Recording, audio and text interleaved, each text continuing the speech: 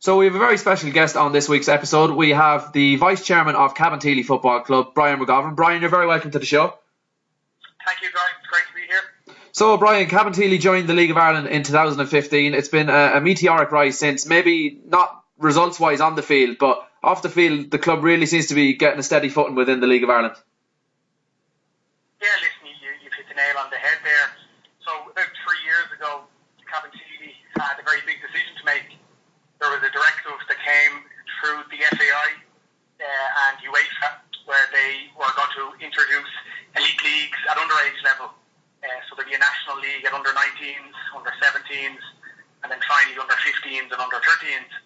So the decision we had was either we continue as a schoolboy club and we feed some of the other local League of Ireland clubs here in Dublin, or we become a League of Ireland club ourselves and we offer a pathway right through to the elite level. And, you know, some people say the decision was difficult to make, but I thought it was pretty easy because the vision of Cabinteely Football Club, we have a saying that we often use, it's football for all, from small to tall.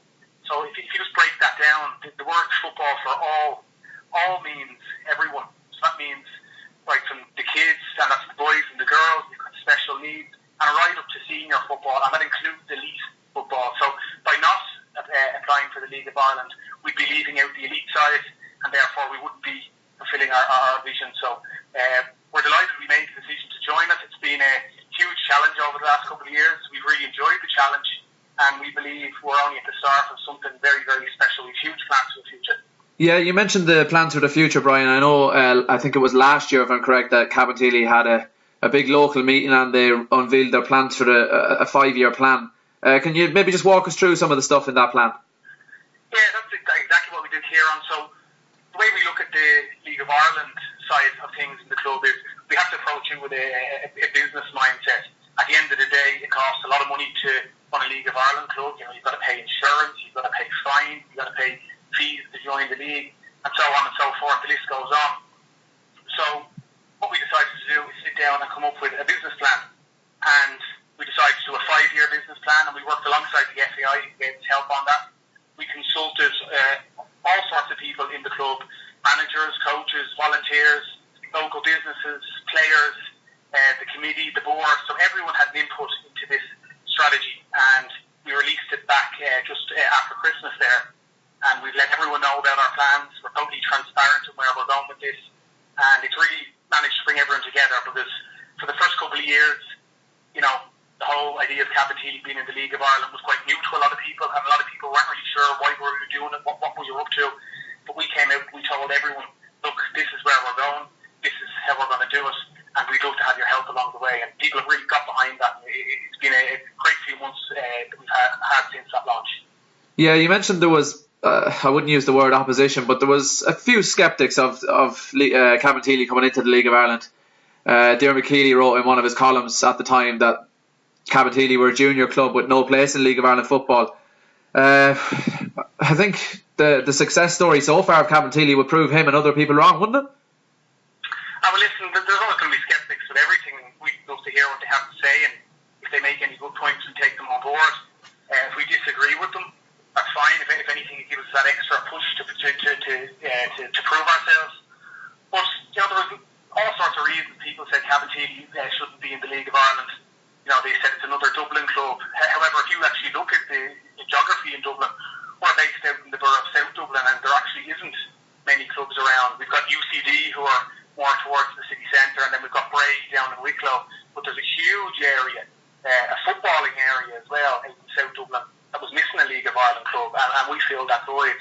But apart from the geographical reason, I believe Cabinteely are the perfect club to be in the League of Ireland, because, as I said, and I'm going to probably say it 5 times in the next few minutes, it's back to football for all.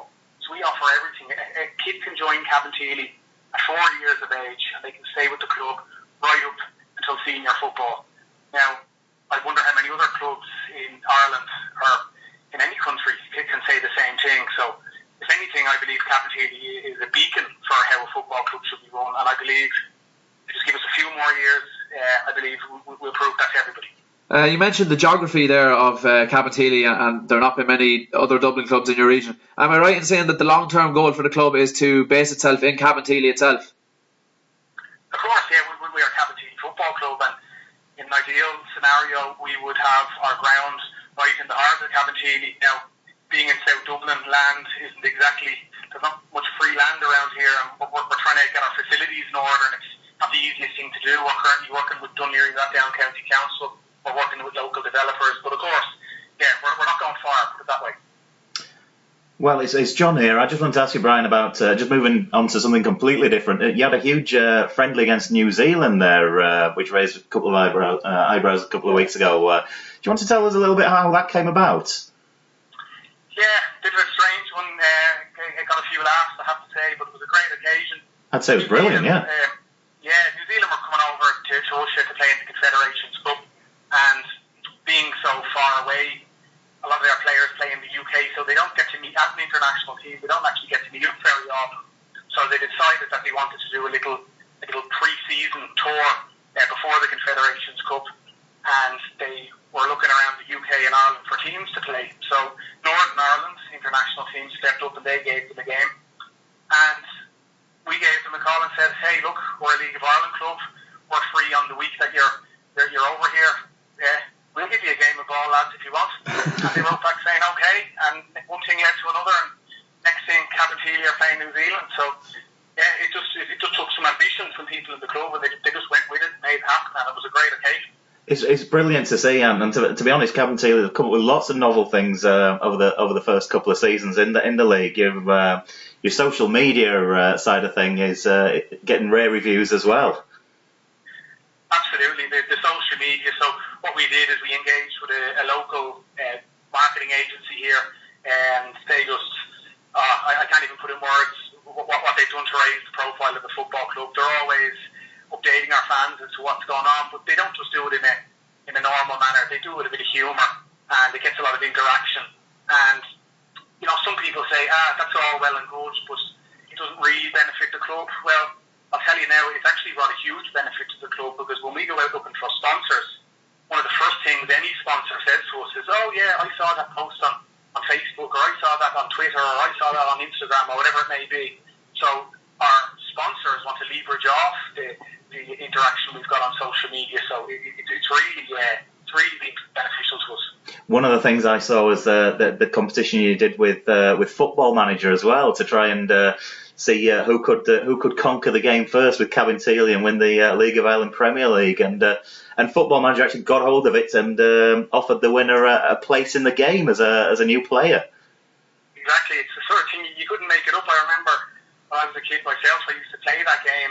And then with that, I think it was a tweet we sent out to Football Manager, and again, it was just a bit of humour.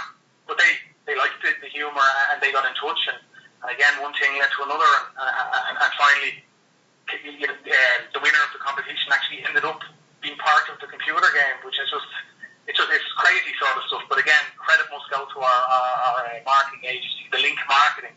I highly recommend them. That's fantastic. Yeah, I think I was too busy playing as Longford Town to get involved with that. But maybe I'll give it a go when the next one comes out. We're just going to go on to on the pitch side of things, Brian. This is the first season where I suppose the club have signed some real high-profile names, the likes of Jason Byrne, Kieran Marty Waters. Results have naturally improved. What's the long-term aim? Premier Division football within the next 2 or 3 years?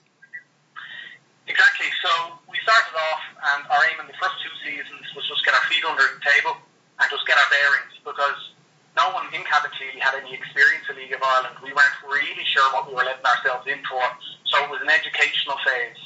We sat down at the end of last season and we said, okay, this is going pretty well. It's time to bring it to the next level. And at that stage, Pat Devlin came in as the director of football. We hired an academy manager and a few coaches, goalkeeping coach, strength and conditioning, etc., etc. And then we brought in the players to follow that. So you mentioned obviously the high-profile player Jason Byrne, Irish international, League of Ireland legend. We brought in Dara Doyle as club captain, and numerous others. And thankfully, the results have gone well this year. We're up to 4th position. There was one stage a month or so ago where we thought we might even get promoted, but I don't think that's going to be the case. But we're having a great season at 4 positions.